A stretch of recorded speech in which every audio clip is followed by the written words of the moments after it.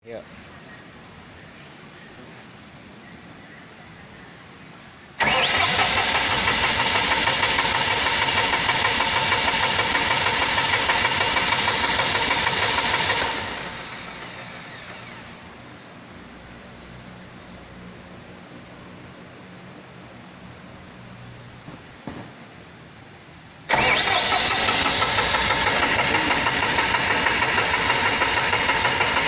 Oke, stop.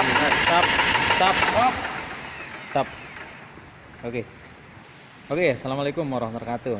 Selamat pagi teman-teman semuanya. Masih di channel Sumber Teknik tentunya. Dan di kesempatan hari ini, kalau tadi kalian semuanya sudah lihat depan saya, ini ada genset baru jadi ya, akan kita tes running. Jadi di kesempatan pagi hari ini akan coba saya bagikan mengenai tips atau cara mengatasi genset masuk angin secara umum ya. Kalau mungkin di beberapa video yang lalu saya bagikan video mengenai cara mengatasi masuk angin pada genset Perkin 2000 series. Nah, kali ini nanti akan saya jelaskan secara umum unit genset. Kalau terjadi seperti yang tadi kalian lihat semuanya jadi gagal start, intinya kita bicara masuk angin saja ya, fokus ke masuk angin, terlepas dari nggak hidupnya itu gara-gara elektrikalnya atau apa. Intinya genset nggak hidup seperti tadi memang gara-garanya masuk angin. Nah, seperti kita ketahui di video saya lalu saya jelaskan penyebab masuk angin itu ada dua, jadi saya ulas sedikit ya.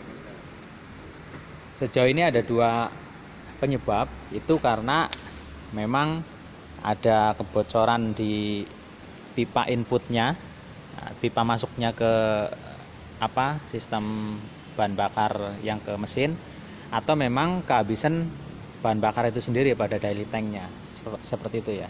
Jadi kita fokus, intinya memang gara-gara penyebabnya dua item itu tadi sampai memang engine nggak bisa hidup. Nah, caranya memang pada semua unit genset untuk membuang angin tersebut atau angin palsu tersebut ya pada prinsipnya memang sama, cuma di beberapa jenis mesin atau merek mesin itu memiliki beberapa perbedaan.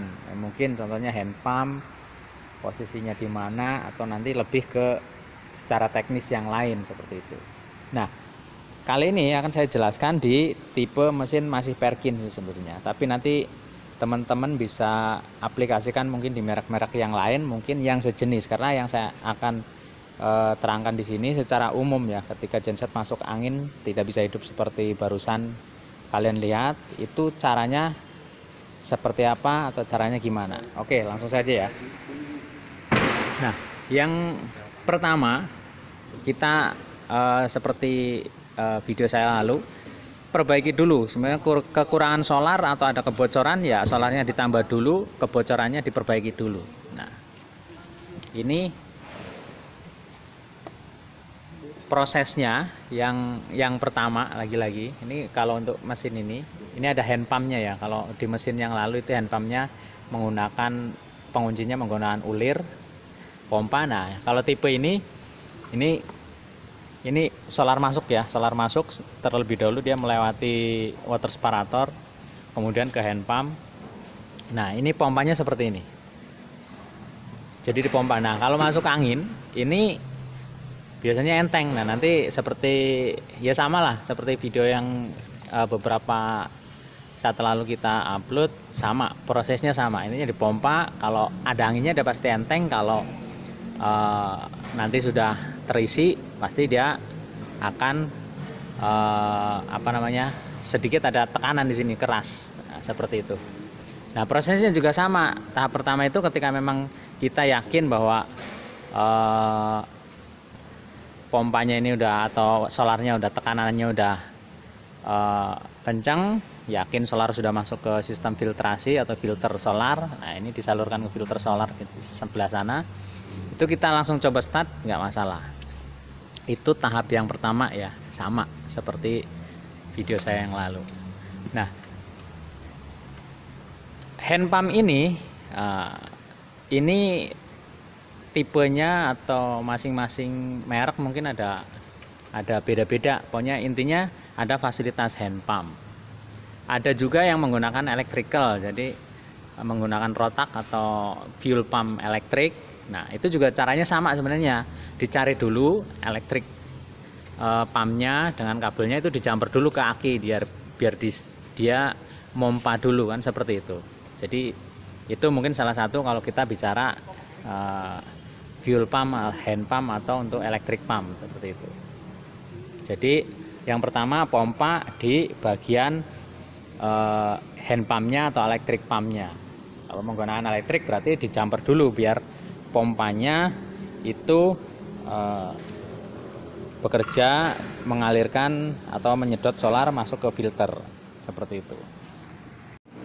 Nah, kemudian yang kedua, kalau memang tips yang pertama masih gagal, kita boleh cek di filternya. Nah, di filternya ini. Nah, setiap filter biasanya memiliki buangan lubang angin.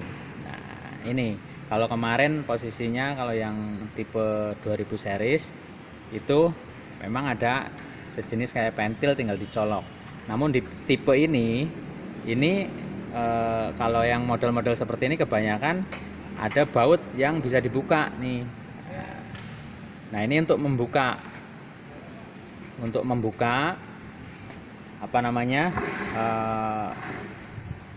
solar atau angin yang sudah terjebak di dalam filter ini.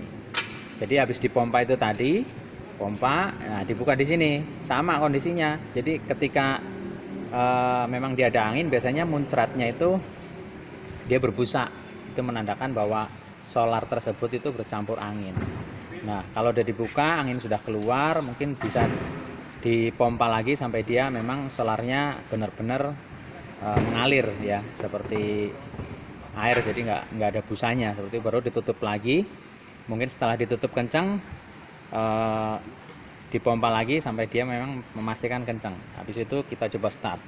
Itu step yang kedua.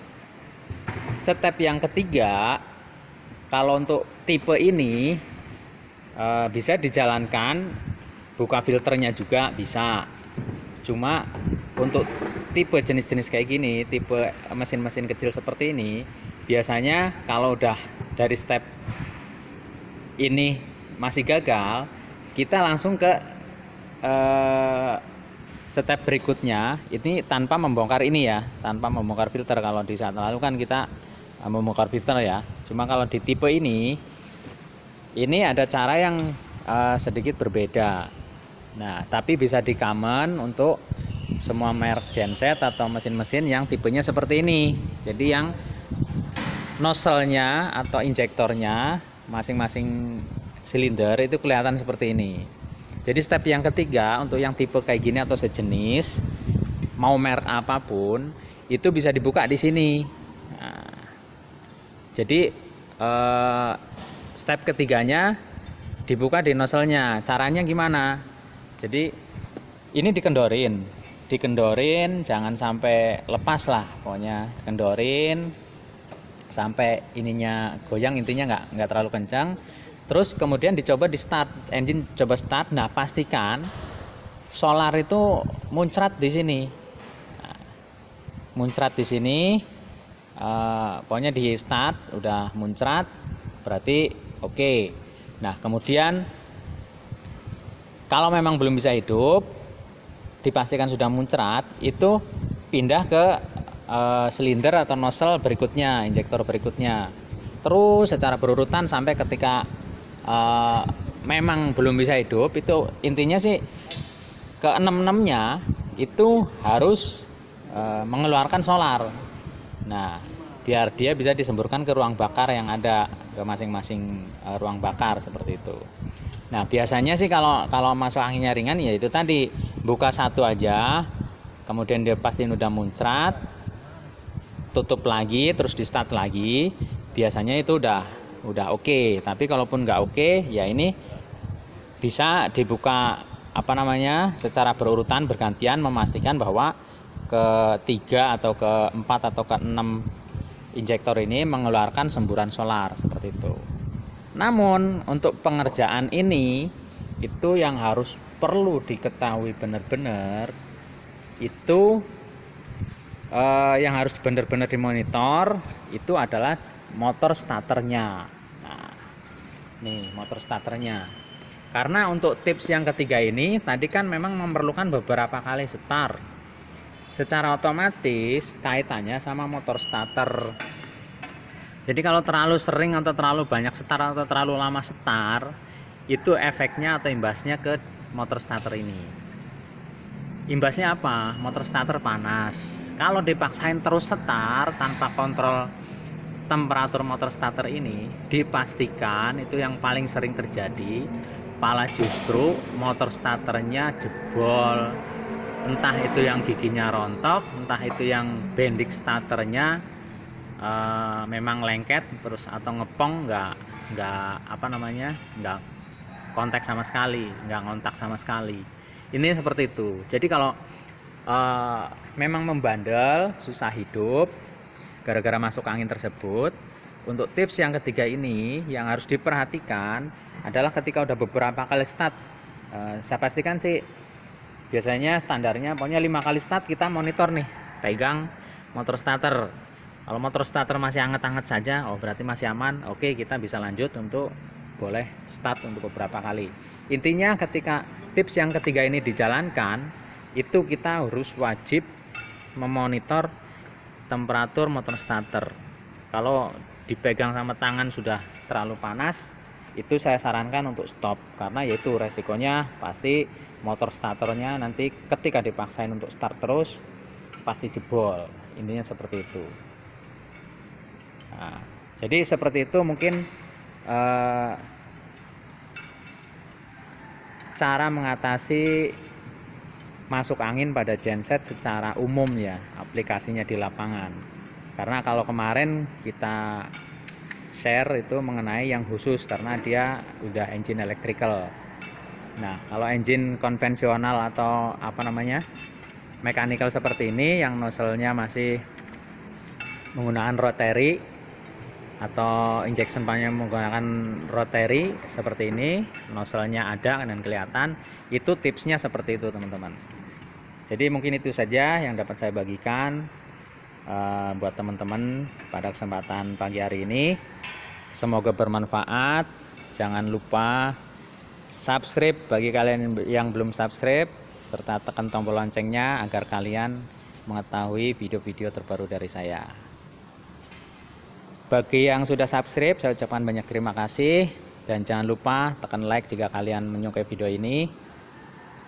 Kemudian tak lupa juga di share ke banyak teman-teman lagi agar itu menjadi modal saya untuk lebih semangat bikin video lagi untuk kalian, berbagi apa yang saya tahu, berbagi ilmu, berbagi pengalaman, dan semoga itu menjadi berkah buat saya. Terima kasih, sampai ketemu di video berikutnya. Wassalamualaikum warahmatullahi wabarakatuh.